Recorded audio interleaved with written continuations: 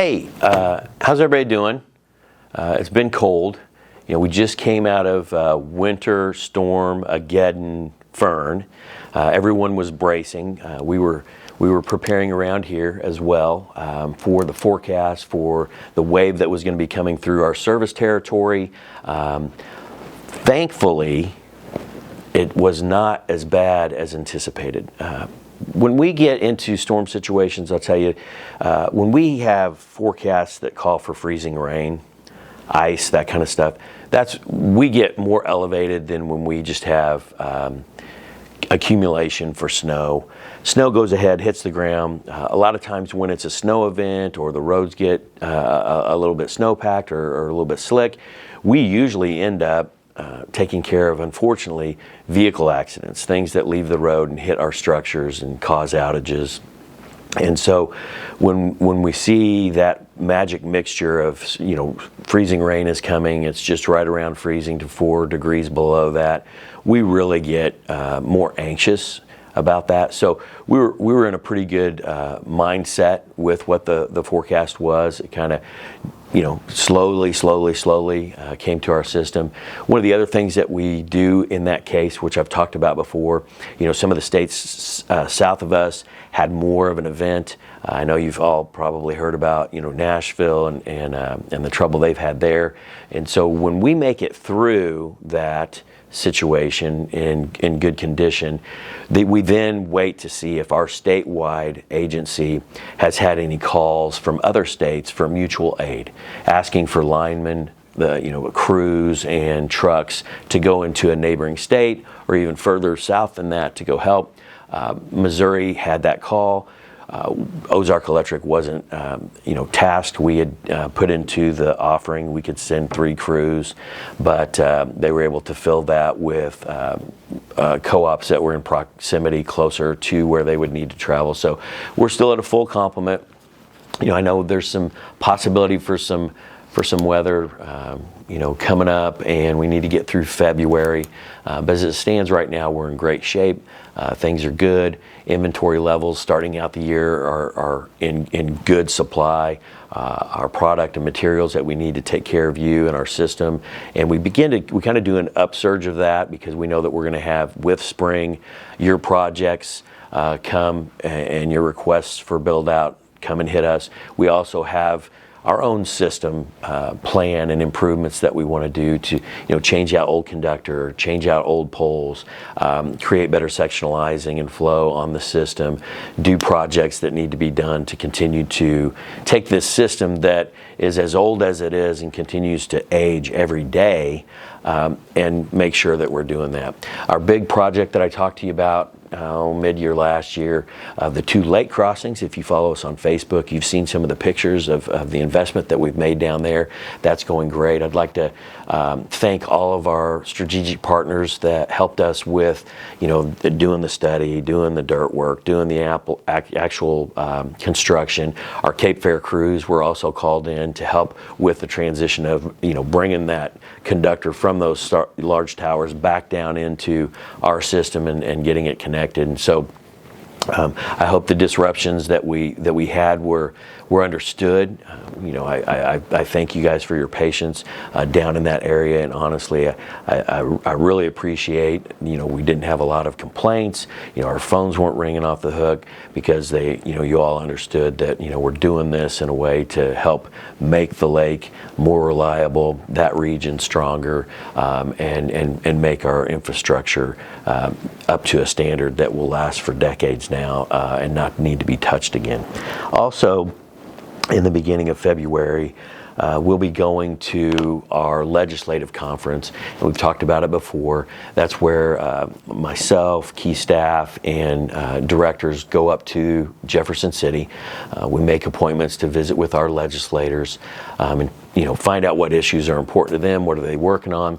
We also tell them about and remind them that we represent their rural constituents. And when there's energy policy, when there's things that affect energy and how it gets put out throughout the state, we need to be there to talk to them and represent what rural Missouri needs and what's important. If we don't do that, myself and my colleagues that are at other cooperatives, and if we decide that we're just going to stay home and we're not going to go and participate in that, then the other lobbyists, other entities that are from maybe municipals or investor-owns that are they're urban, they're city, they're metropolitan. If our legislators are only hearing from them on what they should look at for energy needs and policies throughout the state, then we're going to be left off of what they consider. And so it's a necessary thing we do. It's not my most favorite part of my job at the co-op, but I do believe that, the old adage, if you're not at the table, you might be on the menu.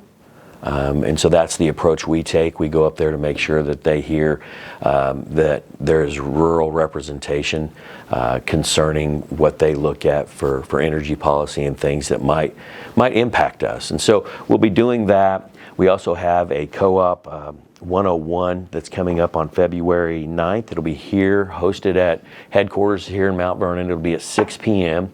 We're going to talk about solar, how it works. We're also going to talk about electric vehicles.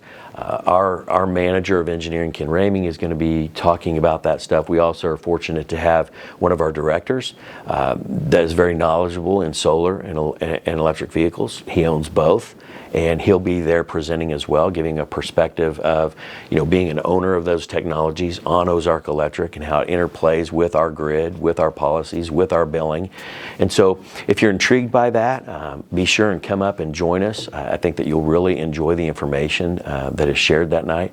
I commend our member services department for putting these things together and making sure that we're continuing to make an avenue for you to gain in knowledge and understanding of the grid of Ozark Electric, how it works to make all of that tie together and work safely on our system. Also, I've had inquiries, and I know we've talked about it previously, about AI and data centers. Ozark Electric doesn't have one in the works. If we were to have one or be approached, I would tell you that our approach would be to have them, pay their way. A lot of the folks that are involved in that world, they're rolling with, you got Jeff Bezos and Mark Zuckerberg and, Bill Gates and folks that are monster entities that they should be able to pay their way. They shouldn't need to plant something here in Ozark Electric's territory that would be subsidized through the rates from you all, the members. And so that's the approach we have. Our power provider has that same approach, that if there's something that's going to be added to the mix here in Southwest Missouri, they're going to ask those people to pay for that power plant. Make sure that the term sheet says that the lion's share of what they're going to do is going to be out of their pocket and not our members. And so that's our position concerning that. It is coming. It is all over the country. We are having some kind of make their way into the region. And so as we follow that, that's going to be our philosophy. That's going to be our strategy. Our approach to that is we're not going to be so enamored or overwhelmed or so anxious to try and get one that we're just going to make all kinds of promises that just come and be on our system and we'll take care of all the costs. That will not be our approach. Your board is unified in that. If they want to come and be part of the Ozark Electric system, they're going to need to pay their way.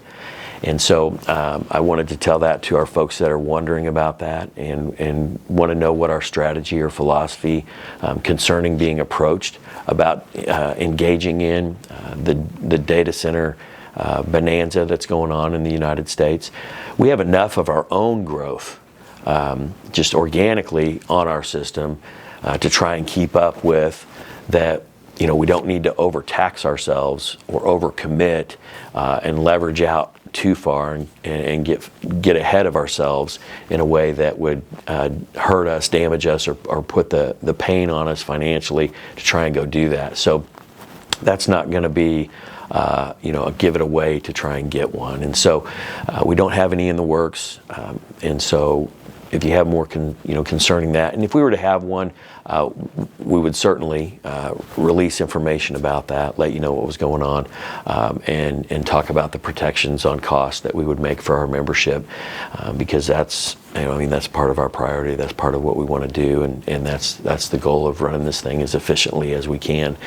As we move further into spring, I hope February is a gentle month for us to get through. I hope that the spring storms are mild and we can get into summer with a smooth transition.